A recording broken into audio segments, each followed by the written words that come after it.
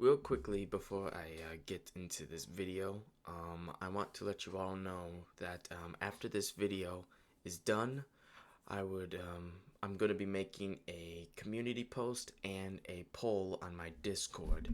This is going to be a poll about which region you want to see me do a full history from the beginning all the way to the late 4th era.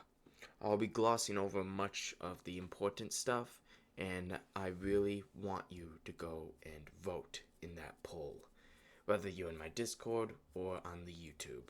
Thank you.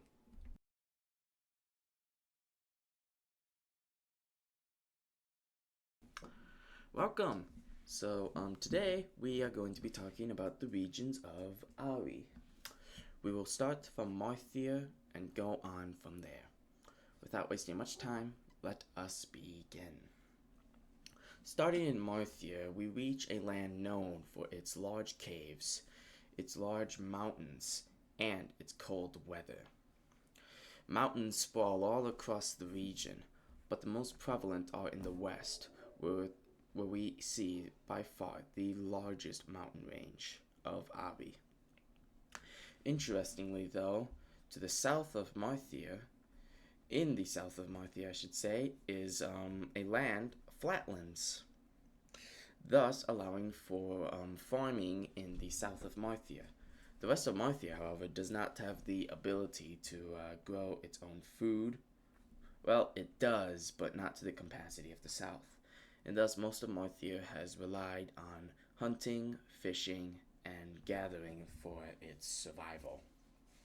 Moving on east, we reach the flatlands of Kirsho, later known as Telvar. Kirsho is a very flat land with several rivers that make good regions to farm in.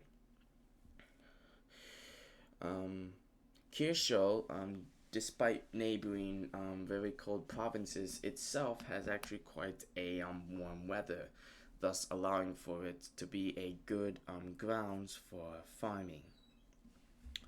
It's in fact so flat that it almost has 0 hills and 0 mountains, other than one exception.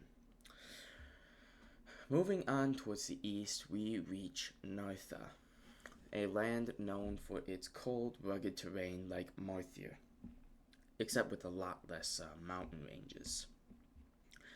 In the south of Nartha, though, is actually quite a flat and warm area, as it begins to border the desert lands. So moving on south, we reach Algamora, a land that is covered in deserts or hot, flat terrain. Most of Algamora is a part of the large desert lands, a region that spans all across the center of Ahri. Algamora is known for its several rivers that allow for farming, but other than that, it's mostly desert or just really warm terrain still. Moving on to the west, we reach the center desert lands. Now, the center desert lands is basically a flat terrain. There is no mountain ranges. There are very little hills, and overall, there is no room for farming in these areas. Oftentimes, these center desert lands, especially, have been used by people to migrate from north to south. Many peoples have lived in these center desert lands, but they oftentimes haven't stayed due to the unreliability of the land itself to survive on. Moving to the west is a similar desert story. However, Anuduga actually has several rivers, which allow for it to farm. Anuduga is actually quite well known for some of its hills and a couple mountains here and there. In fact, one of the largest volcanoes on Ahri is located on the coast in Anuduga. Now, Anuduga is somewhat like the desert lands in that people have used it to travel from the north to the south, especially people moving from Marthia to Goldland or vice versa. However, there have been notable examples of what do I say, civilizations and kingdoms and everything that managed to establish themselves in Anudaga and last a period of time. Moving down south, we have Goldland, by far the second most mountainous region of Ahri. I mean third. Goldland, as the name suggests, is known for its large gold reserves and resources. And in fact, this is the only place where you can find a resource known as hard gold, which is essentially like steel and iron, but gold colored. Now, Goldland has quite a long history, and even though it's a very mountainous terrain, people in Goldland have managed to find ways to farm on the mountains to create very interesting civilizations. Now, moving on south, we have Sunmore, the most mountainous region of them all. The Sunmore has the most land covered by major mountain ranges, and even the land that isn't covered by mountains is covered by hills. It's a very rugged, very hard area to survive in, and most of the people have resorted to much more traditional means, like subsistence farming or hunting and gathering and fishing. Moving on east, we have Timbus, a very unique province as it is sat in the middle of basically three major regions. To the east is the Timberlands, to the west is Goldland, and to the north is the Desertland / Anudaga. Now this means that Timbus actually is quite different from one area to another. The western parts are quite hilly and even have some mountains. The north is mostly desert, and the east is mostly forests. Timbus does have quite a bit of forest outside of its timberland area, but it has nothing compared to the Timberlands. The Timberlands is a rough terrain, meaning there's like hills and stuff like that. However, there's very little mountains, except a mountain range in the east and a couple mountains sprawled out against it. The Timberlands is only called the Timberlands because this is the large area in which there was lush, deep forests. And other than that, the Timberlands has basically no connection from one another region in the Timberlands, other than the fact that each area inside of it is heavily covered with forests. We will move east into a province known as Hillland. Now, Hillland is another mountainous land, the fourth of the continent. However, it's most known for its large hills that sprawl all across the land, thus giving it its name. There's nothing much more to say about the Hilllands other than it's actually not too cold of a place other than the southern tip, which can be pretty cold. Moving up north, we have basically what is known as the perfect land, Mashka. Mashka has a very long history, dating back all the way to the 30,000s of the First Era, and even before then. Mashka's flat terrain, combined with its large rivers and perfectly fertile soil, make it perfect for people to live. Thus, throughout history, numerous peoples have migrated into Mashka in an attempt to see a life where they could farm and, live. A lot of these people come from the Desertlands, but a large amount of them do come from the Hilllands as well. Overall, Mashka is most known for basically its perfect conditions. Its weather, combined with the fertility of the soil, the water, and everything, makes it the perfect land for people to live in. Now we're going to be talking about the three island regions, starting with Mata's Island in the south. Mata's Island is the island where the Dwarki live at. It is also the island that is named after a shorter version of Madurga. And the fact is that before Madurga, short people, dwarves, lived here. However, when Madurga was saved, basically, by the people here, he gave them some special powers, thus creating the Dwarki. The area is a very hilly land, no mountains, but very rugged. However, it's actually quite warm in its temperature, and it has rivers in which can be farmed on, thus making it a pretty decently populated region. Next up, we have the island of Magnus. Now, the name directly comes from a hero, Magnus, who is said to have saved the world from the Overseer invasion. I'll talk about that sometime, maybe eventually, no guarantee anyway. So, the island is actually quite an interesting place, as it's by far the only land region on Ahri in which there are a significant number of what we call a monster race. Monster races are basically people who are not quite people, but they are enough to pass, if you understand. And so it's especially known for its overseers in the northeast of the island. It's especially known, though, for its similarities to Hilland in terms of its temperature and the large amount of hills that run across the island. And finally, we reach the Eastern Islands, and islands compiled of mostly desert.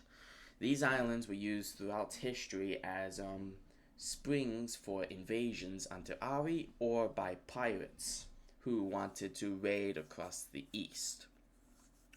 These pirates have would be a nuisance for many people in the area, but do note that several times throughout history there have been empires that originated from the island.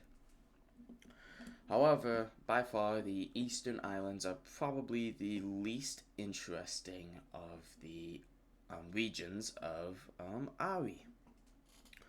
And so that's it for the regions. I do want to go back a little bit more and talk about perhaps some civilizations and empires that originate from these areas. So let's do that real quick. Each region is known for something like an empire or kingdom that existed during a period of time. Marthia is most known for the kingdom of Marthia, which would exist in the Third Era. However, Marthia does have a history that is much longer than that, including the kingdom of Usha in the south, which would be much older than the kingdom of Marthia, being in the First Era. There are also some civilizations and cultures that date back to around the 10 to 8,000 of the First Era. Moving on to Kirsho, we actually can see that Kirsho will have several civilizations that will use the rivers to farm throughout time. However, nothing major would occur until the kingdom of Kirsho would be established somewhere in the 6000s, soon after the Kirshites moved in. Moving on east, we have two interesting examples. Number one, Nartha. This is not only the kingdom of Nartha or the kingdom of Naraka. We got the Nakarthan Empire from this area. However, a much more long-lasting civilization was the Uigak civilization with this northern river here. Now, this civilization would last for an astounding 10,000 years. of course, give or take a few years and, periods of time where it didn't exist, but it lasted for about 10,000 years. And then we have Algamora, which is most known for the Algamoran Republic from the late First Era, like 300s, I believe, into the early Second Era. It's also been the home of many empires throughout and cultures throughout history. But the Algamorans, which the region would eventually become named after, would be the most known. Moving on west, we have the Central Desertlands, which has quite a bit. You see, this would be the home of many different nomadic peoples who would move from their homeland into various areas, thus creating nomadic empires, some of which would last some time, like a short amount of time, others might last a bit longer. Some notable examples include the Yavnamen, for example. Moving on west, we have Anuduga, which is most known for the Velvet Empire of the Third Era, and then later on, the Kingdom of Anuduga as well. And then south, we have Goldland, which is the home of the Golden Empires, which at some points would sprawl all across the south of Ahri, conquering lands which would essentially almost make it what some would call the Nakarthan Empire of the South, if you know what the Nakarthan Empire was. Next we have Sunmor, which is known for its different civilizations and including like the Kingdom of Sunmor, for example. However, throughout history, it has been divided into differing kingdoms who would occasionally fight each other, and whom would take refuge and home in different areas. Next up, we have Timbus. Now, Timbus is most known for the Kingdom of Timbus, which existed all the way back in around the 14,000s of the First Era. However, it is also known for the Duchy of Timbus, which would exist much later in the Third Era, and one which would provide a threat for the Golden Empire I talked about earlier. Next up, we have the Timberlands, which I won't even really talk about because there's a lot of differing peoples that live there, such as Greenwood, Cedarwood, Ohu, and many others. East, we have the Hilllands, which is known for the Kingdom of Rockfort and the despotism of Rockfort as well, which would exist in the Third Era. Then we also reach Mashka, where we see many differing civilizations and empires. Mashka would be invaded numerous times throughout history by people who wanted to settle in the area. Mashka would also see many differing periods of times where it was split up into many different kingdoms, and periods in which it was unified by differing powers. And Mashka is also by far known as the most populated region of the continent as well. Fun fact. And then we have the three islands. By far the most interesting, I'd say, would probably be the island of Magnus, as it would have differing people having to face off against literal monster races for their survival. Then we have Mata's Island, which is known for its Dwarki dwarven tribes, and which has attempted several times to invade Ahri. Each time has failed. And then we have the Eastern Islands, which might be interesting to cover some piracy and empires and stuff. But other than that, it's the least developed so far. So, that'll be it for this video. I hope you enjoyed it, and if you enjoyed the video, you can like and subscribe. And if you really liked it, you can comment on my video about something to say about the video. That would be greatly appreciated. Also, right after this video, make sure to check out a poll as well on both my YouTube or on my Discord. On my YouTube, it might not look like a poll, but I want you to comment on what region you'd like to see and maybe why. But that's it. I hope you had a good day or night, and I'll see you all another time.